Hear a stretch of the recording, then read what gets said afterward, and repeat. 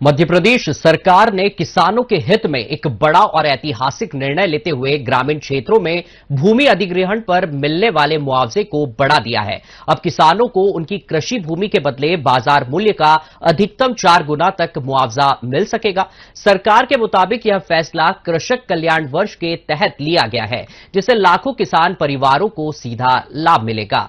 खास बात यह है कि यह निर्णय 22 अप्रैल 2026 यानी आज से लागू हो गया है। देखिए यह खास रिपोर्ट।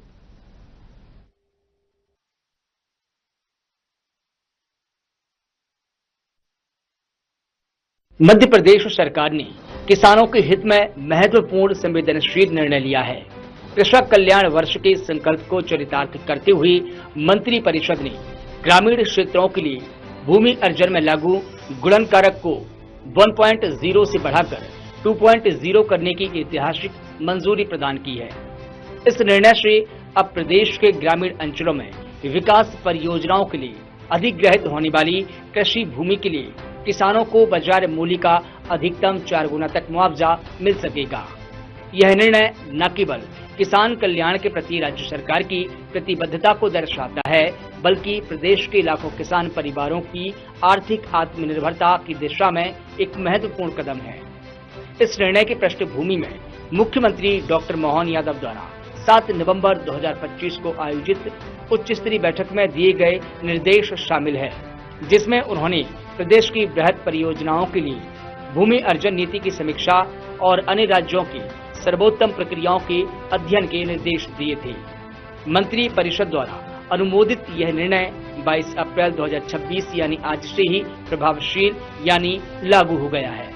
यह प्रावधान सभी भूमि अर्जन परियोजनाओं पर लागू होगा। साथ ही यह उन सभी लंबित प्रकरणों के लिए भी दिया जाएगा जिनमें अब तक अंतिम अवार्ड पारित नहीं किया गया है। इस निर्णय का सकारात्मक प्रभाव सिंचाई परियोजनाओं, सड़कों, पुलों, रेलवे लाइनों और बांधों समेत विभिन्न अधोसंरचना परियोजनाओं पर पड़ेगा। पर्याप्त मुआवजा मिलने से भूमि देने वाले किसानों के जीवन स्तर में सुधार होगा। साथ ही विकास कार्यों में आने वाली बाधाएं दूर होंगी और परियोजनाओं को गति मिलेगी। अधिनियम के प्रावधानों के अनुसार नगरीय क्षेत्रों में गुणनकारक 1.0 यथावत लागू रहेगा।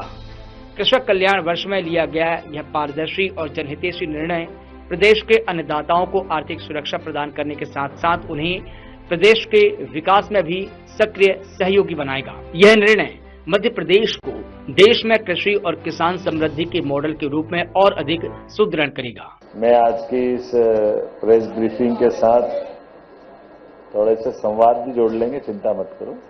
तो हमारे लिए आज का दिन खासकर किसान कल्याण वर्ष में ये ऐतिहासिक निर्णय है, जिस निर्णय के कारण से हमारी किसान की खास करके खेती के सेक्टर में जिसकी जीवन भर की आजीविका होती है, उसको दृष्टिगत रखते हुए ऐतिहासिक निर्णय किया गया।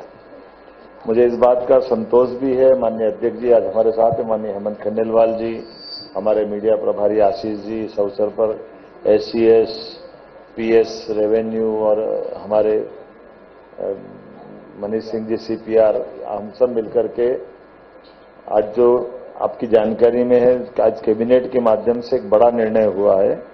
ये किसानों के हित में खासकर कृषकों की भू अर्जन को लेकर के इनकी भूमि का 4 गुना मुआवजा देने का निर्णय किया गया है। ये हमारे राज्य का एक ऐतिहासिक निर्णय है, जिसको इसको सरल भाषा में इसको फैक्टर 1 से बढ़ाकर 2 करना बोलते हैं, जिसके कारण से किसानों को उनकी भूमि का अधिक न्याय संगत और सम्मानजनक प्रतिकर मिलने का, अर्थात इसमें जिस किसी की भूमि का अर्जन होगा उसको उस गाइडलाइन के मुआवजे से ग्रामीण क्षेत्र में 4 गुना दिया जाएगा। इसमें कोई कॉम्प्लिकेशन नहीं, इसके कॉम्प्लिकेशन की सरलता से हमने 1 और 2 नगरीय क्षेत्र के अंदर उसका गाइडलाइन का डबल, क्योंकि नगरीय क्षेत्र की गाइडलाइन तो वैसे हर बार बढ़ती रहती है, लेकिन ग्रामीण क्षेत्र में बड़े पैमाने पर हमारे जितने बड़े प्रोजेक्ट चल रहे हैं, उल्लेखनीय है कि ये उसके लिए बेस लाइन का काम करेगा।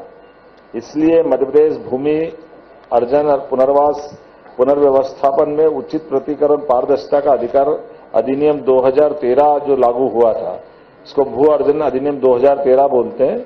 इसकी धारा 26 के अंतर्गत भूमि के मूल्य निर्धारण के जो सिद्धांत प्रतिपादित किए गए, उसमें हमने किसानों को उचित प्रतिकर देने का निर्णय और पारदर्शी और पुनर्वास की व्यवस्था का इसमें ये निर्णय किया है। उल्लेखनीय है कि वर्ष 2014 में मध्य प्रदेश में फैक्टर 1 डिक्लेयर था। उसके कारण से कलेक्टर गाइडलाइन रेट प्लस 100% इसमें जोड़ने की बात थी। तो खास करके ये लगभग 2 गुना मुआवजा होता था। तो 2 गुना से करने से कई बार हमको स्पेशल कई सारे निर्णय पैकेज भी देना पड़ते थे या कई प्रकार से लोगों का आक्रोश भी आता। तो इसलिए अब हमने इसमें सरलीकृत रूप से ग्रामीण क्षेत्र में 4 गुना और शहरी क्षेत्र में 2 गुना, तो शहरी और ग्रामीण में समान रूप से इसको एक तरह से पहले लागू किया था, लेकिन अब हमने थोड़ा संशोधन किया क्योंकि गांव की और शहर के अंदर जमीन आसमान का अंतर होता है। और खास करके हमने सबने देखा कि इसके कारण से हमारे विकास के कई सारे बड़े प्रोजेक्ट भी प्रभावित हुए हैं, क्योंकि जब असंतोष होता है, थोड़ा मन में भाव आता है, तो उसका असर पड़ता है। अब ये जरूरी इसलिए था कि हमारे यहाँ राज्य में विकास की गति हमने तेज खोली है, तो लगभग 70-75 हजार करोड़ का पूंजी निवेश हम प्रति वर्ष कर रहे हैं।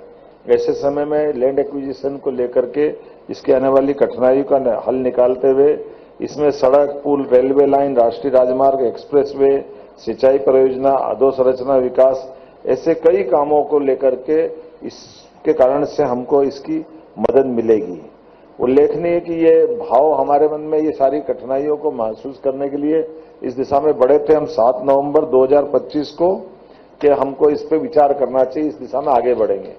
और इसी पे फिर हमने 13 जनवरी 2025 की एक मंत्रिमंडलीय समिति का गठन किया, जिसमें हमारे राकेश सिंह जी पिल्लूड़ी मंत्री, साथ में माननीय मंत्री चैतन्य कश्यप जी, माननीय मंत्री तुलसीराम सिलावट जी, इनके माध्यम से कमेटी का गठन किया, जिससे कहा कि ये इस पूरे मामले में अपनी रिपोर्ट दे। और ये समिति द्वारा बनाई गई बैठक 21 जनवरी 2026 को हुई थी, जिसमें मंत्रीगण, विधायकगण, FICC क्या है, फिक्की के और खासकर क्रेडाई के, CII, किसान संघ, किसान प्रतिनिधि, सबसे मिलकर के ये राय जुटाने के साथ उनका संकलन करते हुए, सबकी राय का सम्मान करते हुए इसमें इस तरह के निर्णय की तरफ हम बढ़े हैं। मुझे इस बात का संतोष भी है कि ये लागू करने के लिए हमने अपने गाइडलाइन में अब एक और ये भी उल्लेखनीय है कि हमारा एकमात्र राज्य है, इसको इस तरह से भी समझोगे कि गए बार हमने संपूर्ण गाइडलाइन को 16% बढ़ाया था और इस साल ये 13% बढ़ा है, तो 16 और 13 लगभग 39% होता है। और ये अपने आप में लगभग 120% के आसपास होगा, तो इसका भी 4 गुना देंगे। तो ये किसानों की साइड में वास्तव में एक तरह से हमारे सारे निर्णयों को लेकर के काफी प्रभावी होने वाला है। और इसके बाद गजट अधिसूचना के बाद सभी भू अर्जन के आदेशों पर इसको लागू करने के लिए हम अधिसूचना जारी कर रहे हैं।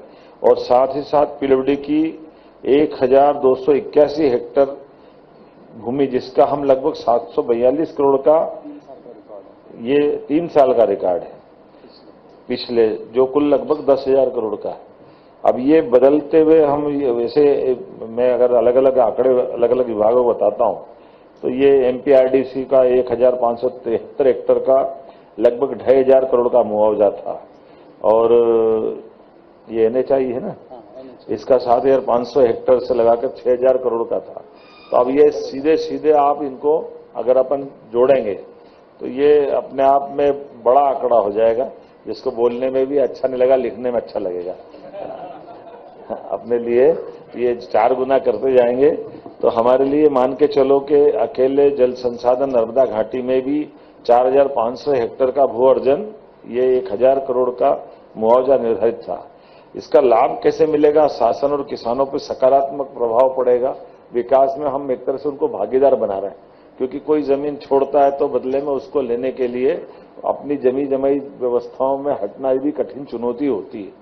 ऐसे में योग्य प्रकार से नई जमीन लेने के लिए भी उसको इससे मदद मिलेगी और भू अर्जन के कार्यों में तेजी होगी, परियोजना समय पर आएगी, भू अर्जन विवादों को टाला जाएगा, विकास कार्य निर्विघ्न होंगे, ग्रामीण अर्थव्यवस्था होगी, किसान समृद्ध होंगे। इसलिए केवल हमारा निर्णय नहीं है, किसानों के संकल्प का, उनके समाधान का निर्णय, जिसमें किसान हित सर्वोच्च प्राथमिकता के साथ ले रहे हैं। विकास और किसान साथ साथ है, संवेदनशील, निर्णायक, और ये नेतृत्व की दृष्टि से हमने अपने सामूहिक नेतृत्व में इस बात को स्वीकारा है। इसलिए विकास भी और किसान का सम्मान भी। किसान समृद्ध तो मध्य प्रदेश समृद्ध। मैं मान के चलता हूं कि इसी भाव से हम चलते हुए एक अपने विकास के संकल्प के साथ आगे बढ़ रहे हैं, और इसीलिए मुझे लगा कि ये बड़ा विषय है। इस विषय में हमारी अपनी सबकी एक बार इस तरह से चर्चा होना चाहिए, क्योंकि ये बात भी सही है कि हम देश के मध्य में बैठे हैं, और मध्य में बैठने से हमारे लिए सभी सेक्टर में समान रूप से, जैसे आपकी जानकारी में है, हमने तय किया कि हमारे बजट को अब वर्तमान चुनौतियों के बीच में भी हमारे विकास को भी और इसको लगभग 14% की ग्रोथ से बढ़ाते हुए 5 साल में डबल करेंगे, और उस स्पीड को मेंटेन करते हुए हमारा राज्य करीब करीब उस दिशा में काफी हद तक बढ़ा है। ऐसे में नदी जोड़ो अभियान हमारा केन बेतवा, पीकेसी, अब ताप्ती के साथ भी आ रहा है। तो हमारे लिए एक तरफ ये, दूसरी तरफ मेट्रोपॉलिटन सिटियों के आधार पर भी हम अपने शहरीकरण के आधार पर भी नगर से आगे बढ़ना चाहते हैं। तो स्वाभाविक रूप से इसमें अगर हम बढ़ते हैं तो हमको ये लैंड एक्विजिशन पे बड़ा निर्णय लेना पड़ेगा। उल्लेखनीय है कि मैं केवल एक आंकड़ा बताना चाहूंगा कि हमारे पास ये 2023-24 में अब तक 3 वर्षों में 55,530 किसानों के विभिन्न परियोजना में 16,000 करोड़ की राशि का मुआवजा हमने अभी तक वितरित किया है। अर्थात प्रतिवर्ष लगभग 5,300 करोड़ का था, और इस दर से आने वाले वर्षों में विकास दर की अगर ये गति रही तो हमको, अब आप इससे अंदाज लगा सकते हो कि 4 गुना अर्थात 20,000 करोड़ का हम अपना मुआवजा देने की तैयारी कर रहे हैं, ताकि ये समय पे हो जाए। खास करके ये जो हमने निर्णय किया है, ये बढ़ी हुई दरें राज्य और केंद्र सरकार के समस्त भू अर्जन परियोजनाओं पर तत्काल प्रभाव से लागू होगी। इसको कोई लंबित करने की जरूरत नहीं है, इसलिए ये निर्णय करने का मौका आया। मुझे लगा कि आप सबको बताना चाहिए।